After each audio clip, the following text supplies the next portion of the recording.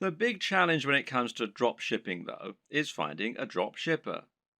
This is very clearly a business model that has more benefits for the marketer, and so, of course, not everyone is going to be eager to offer their services. How do you go about finding a drop shipper when they're in such short supply? Well, there are a number of options. But with any digital business, we tend to prefer keeping things simple and cheap. In this case, the best place for you to start is by looking at websites that act as directories for dropshippers, wholesalers, and manufacturers. One great site that will do all this is Alibaba, which you'll find here at alibaba.com. Another good one is Worldwide Brands, which you'll find here at worldwidebrands.com.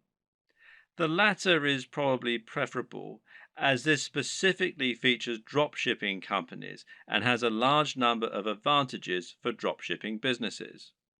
For example, you can use this site to make sure that you're dealing with the real wholesaler. What does that mean? Well, it means that you can avoid making the mistake of signing up to sell products that someone else is dropshipping to you, thereby scraping profit from you. This is a common practice and one to be careful of when you're just starting out. Worldwide Brands is perfect if you plan on finding a dropshipping manufacturer quickly and selling their products on eBay or Amazon. The only problem with this plan is that there's a fairly hefty sign up fee. Currently, it costs $249. Okay, so that's not astronomical, and this is a lifetime membership. But if you were attracted to dropshipping initially because you wanted a business model with zero overhead, then it might be a little off putting, especially as your break even point has now been pushed back further. So, there is a free review though at the time that I'm making this video. So, another option is to try ThomasNet, which you can find here at thomasnet.com, which, like Alibaba, has a selection of different types of manufacturers and wholesalers selling different types of products and different types of services. Makers Row, which is makersrow.com, might also be worth checking out. Some other paid options include SaleWho and Dober, and a great free choice is Wholesale Central. Failing that, another good strategy is just to search Google. When you know the type of product you want to sell, just try searching for that product on Google with the word dropshippers and your location. So, if you're hoping to dropship clothing in the UK, then you can just search for Clothing Dropshippers UK, and you can see it brings up a whole load of different ones here. And one that I looked at earlier was this one, fashiondropshippers.com, which seems to do exactly what we want. Or perhaps you're looking for a white label supplement dropshipper in the US. In that case, we can search white label supplement dropshipping US. And amongst a lot of the ones here, which you can see, one that we find is Vox Nutrition, which you can find here, voxnutrition.com. And it lets us do exactly just that. And it's pretty simple and straightforward method, and there are more and more businesses like this springing up all the time to meet demand. Vox Nutrition will handle formulation, production, and fulfillment on your behalf, making things nice and simple. The third and final strategy for finding your online dropshippers is just to contact the companies you like directly. Find manufacturers for products you'd like to sell and drop them an email. Better yet, try messaging them via LinkedIn or a similar avenue and see if you can get them to respond that way. This way, your message will stand out from their crowded inbox. You could even visit stores in person and ask the owner if you could have the contact details for the company that sold them X product. And this works better for smaller, privately owned stores, of course. If the company doesn't already offer the drop shipping services you're looking for, then just explain to them the benefits and why you would like the opportunity to sell their products in this manner. In many cases, they will acquiesce and you'll be able to start selling a product that other online retailers don't have access to. Another tip for finding manufacturers that you can email directly is to look on eBay. Search for a product you'd like to sell, and if you notice there are lots of people selling the exact same item, then this is a sign that they're using a dropshipper. It could then be a relatively simple matter for you to track down that original manufacturer and contact them so that you can try to do business with them yourself. Note that many wholesalers and manufacturers don't have a great online presence.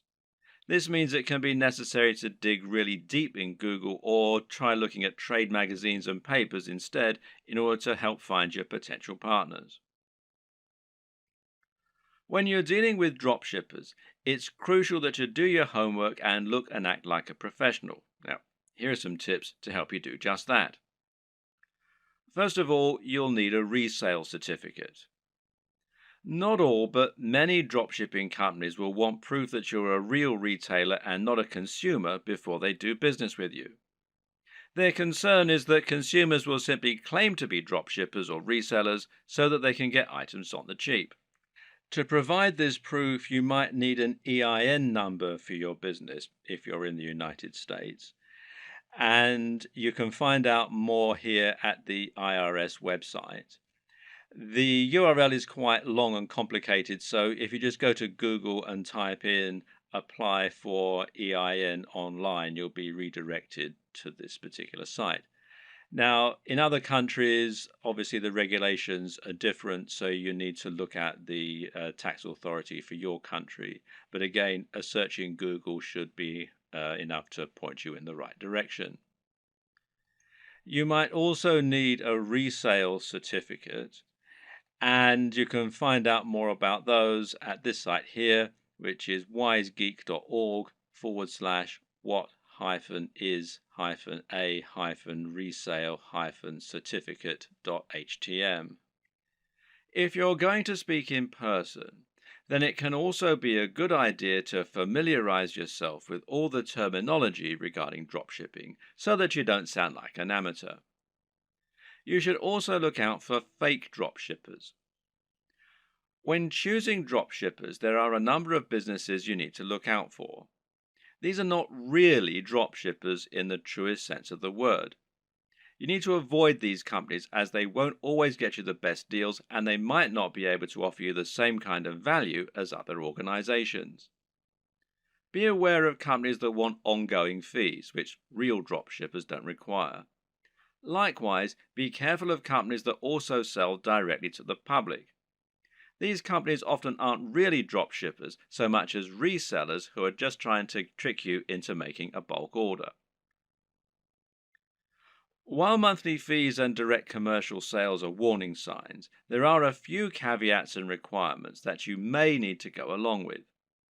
We've already seen that many dropshipping companies will require you to provide a resale certificate, and likewise, you might find that you need to apply for an account before you can begin using their services. And this will normally involve filling out a form and explaining the nature of your business, and so on. Now, some companies also require you to place a minimum order for your first sale. This is another strategy they can use to drive away consumers, as well as merchants who are just window shopping and may not use their products in future. So, for example, you might have a minimum first order of $500, which is a little bit contrary to the entire concept of dropshipping, as you'll now have a bunch of inventory sitting around and the potential risk of losing that upfront investment. So, what can you do? Well, the best advice is to ask if you can use this initial expense as credit. Pay the first $500 and then use that amount in order to offset future sales until they've paid the full amount off. Drop them an email or speak in person to discuss this option. A lot of people just starting out are going to be very eager to find a partner to work with and will feel privileged when they get a positive response to their inquiry. It's an exciting feeling and certainly a compliment being given the go-ahead to sell on behalf of a manufacturer. But at the same time, you also need to be a bit discriminating in your choice. Don't go for the first company that's willing to work with you. Make sure they're actually up to scratch. One thing to be careful of is quality control, and in this regard, you often get what you pay for. Be sure to ask the company what quality control measures they have in place in order to prevent problems like defective products and faults. Likewise, speak with them regarding their delivery times and packaging. Remember that it's your reputation that's going to be riding on the quality of their products and service, so you need to ensure that you're happy with it. Another tip in this regard is to always ask for a sample of the product. If you have demonstrated their ability to sell and they truly are a big business, they should see it as a very small investment to provide a sample of what they're selling. And if they won't, then order a product yourself as a customer. You really don't want to put your name to anything that you haven't personally checked out first.